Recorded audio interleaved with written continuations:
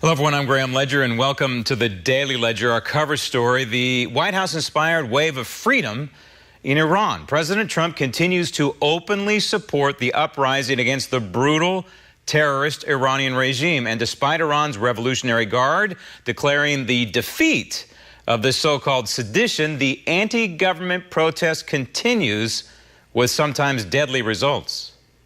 The protests in Iran have specific targets. They're denouncing Iran's leaders and what the demonstrators see as corruption and mismanagement of the economy. Now, what is different this time versus the 2009 uprising are these two key factors. One, the protest is widespread, as was reported there, not solely in Tehran. And two, this time, unlike Obama, this president is openly supporting the effort to remove the Iranian regime and replace it with some form of democracy.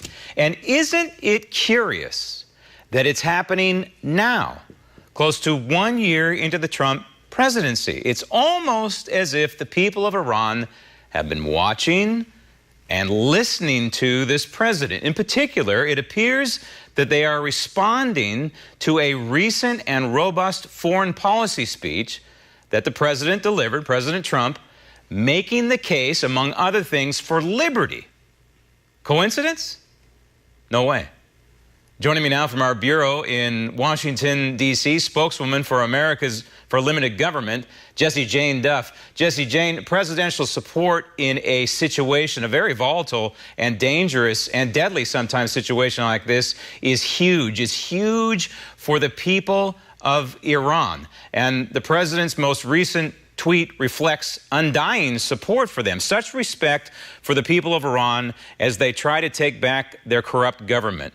You will see great support from the United States at the appropriate time. And I think that that is probably the most underreported tweet of the past 24 hours. The president's been on what they're calling a tweet storm, but this is a crucial one, because this is saying not only am I supporting you from the Oval Office, but there will be some other kind of support down the road. And it could be happening now for all we know. Of course, the CIA is on the ground there, and they're probably playing some sort of role in all this.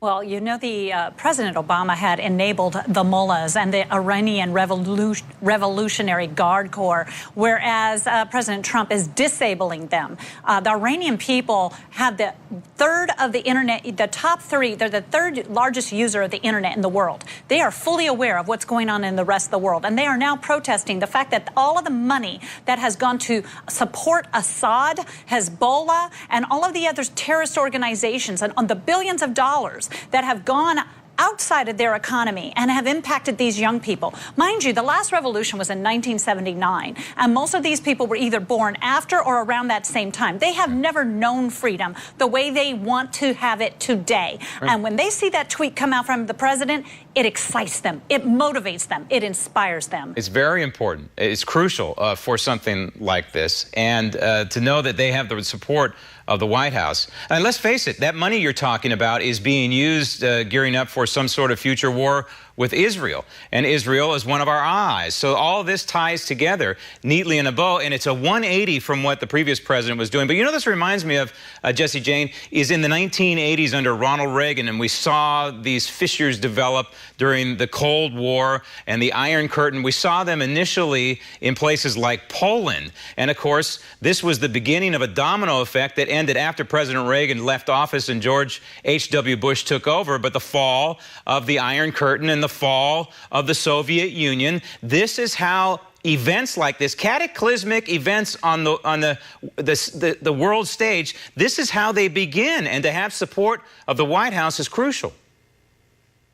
Well, when you have billions of dollars going outside of your nation, and meanwhile they have a significantly high unemployment rate, their economy is catastrophic, you're watching civil liberties and human rights be broken every single day. You know, this is a country that if you're gay, you're thrown off of a roof. You see women that have to wear hijabs. The women, in fact, have come out probably the strongest because they feel that they should have a right to show their faces, they should be able to show their hair. And when you start suppressing people and they go on the internet and see how the rest of the world lives, you're not going to be able to sustain this. Right. The Islamic Revolutionary Guard also owns a third of their economy. These people are wealthy, and President Trump is trying to get the Treasury to disclose how much money that these people had, the Revolutionary Guard, so that the students can see. And once they are outraged by that wealth, this will not be suppressed. This will continue, and hopefully we'll see an overthrow of this regime. And the shutting down of the internet is not going to do it. It's not going to stop people from communicating. It's not going to stop this uprising. It is an indication, though, of how desperate this regime is and how anti-freedom and anti-liberty it truly is. But I want to move on to another series of tweets, or at least one from the president that has the mainstream media going absolutely nuts right now. In particular, this tweet regarding North Korea. It's been talked about in the last 24 hours quite a lot, but I have to address it real quick here. North Korean leader Kim Jong-un just stated that the nuclear button on his desk at all times, will someone from his depleted and food-starved regime please inform him that I too have a nuclear button, but it is a much bigger and more powerful one than his, and my button actually works.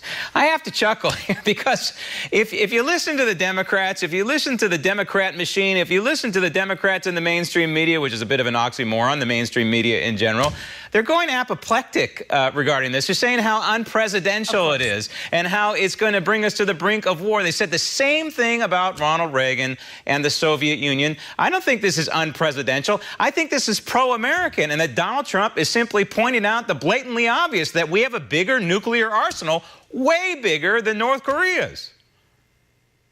You know, this is 21st century. You know, we got to quit talking about how presidents conducted themselves in the 1980s or the 1990s. This is 21st century technology that he's taking full advantage of. This is 21st century presidential. And what you're getting out there now is a man basically calling another man's bluff. He's simply stating the obvious, and he's using a little innuendo in there, a little guy talk in my mind. And I was a United States Marine, so I kind of get a giggle out of it also, because he's basically calling Kim Jong-un out. He's saying, come on, who are you dealing with here? Who are you scaring? And what happened? We now see them negotiating, and they're going to go and try to talk with South Korea. That is unprecedented. We haven't seen that in, what, over 70 years? Right. So obviously this tweet had an impact because he called his bluff. Mine's bigger and better than yours, buddy. Bring it on. And now the North and the South are talking. I don't think that can be overlooked here. Exactly. Again, this is the net result. And of course, Kim Jong-un is apparently reaching out to the South, but he's not going to reach out to President Trump after all of these tweets and all this bravado between the two. And that's what this is. This is not just bravado. This is the Trump foreign policy. This is the Trump way of doing things. And some people are offended by it, and some people are perplexed by it. But if you kind of step back and you look at the big picture and you look at the net result, what is the net result here? And that is Kim Jong-un has reached out to the South, probably out of desperation because of the pressure being put upon his country by President Trump, the United States, and other countries that are willing to stop this maniac. Yes, you know, at the end of the day, you don't have to like President Trump, but you've got to like the results. And when the results are effective, you've got to stop arguing it. You know, I've learned a long time ago, his tweets have made an impact. He has gone out against the mainstream media that has consistently lied or tried to disable him. And without Twitter, we wouldn't have known about half of the scandals that are out there. This has been revolutionary. And it's basically making people on the left wake up that we're not going to acquiesce to the way that you have manipulated the information you're giving us. So yes, he's calling it out, and the people on the left want to say it's warmongering. Really, it just resulted in some peace talks here, or some talks. So you can't tell me it's warmongering. Warmongering was enabling this regime that the last 4 administrations managed to do. So we got to try something different, because what happened before didn't work. No longer appeasing, trying to appease the Iranians, trying to appease the North Koreans. This is, hey, this is black and this is white and this is what we're going to do, and we're going to win this battle. And it's very Reagan-esque indeed. I want to move on to one more tweet. By the way, I fully believe that Ronald Reagan would have used Twitter, not exactly the same way that Donald Trump is, but I believe he would have used it to the full extent to communicate directly with the American people. And again, another tweet has the mainstream media going absolutely nuts. This one is regarding the FBI and the deep state. Crooked Hillary Clinton's top aide, Uma Abedin, has been accused of disregarding basic security protocols Well, she did. It's more than accused, by the way. She put classified passwords into the hands of foreign agents. Remember sailors' pictures on the submarine? I do. Jail for them. Deep State Justice Department must finally act, ?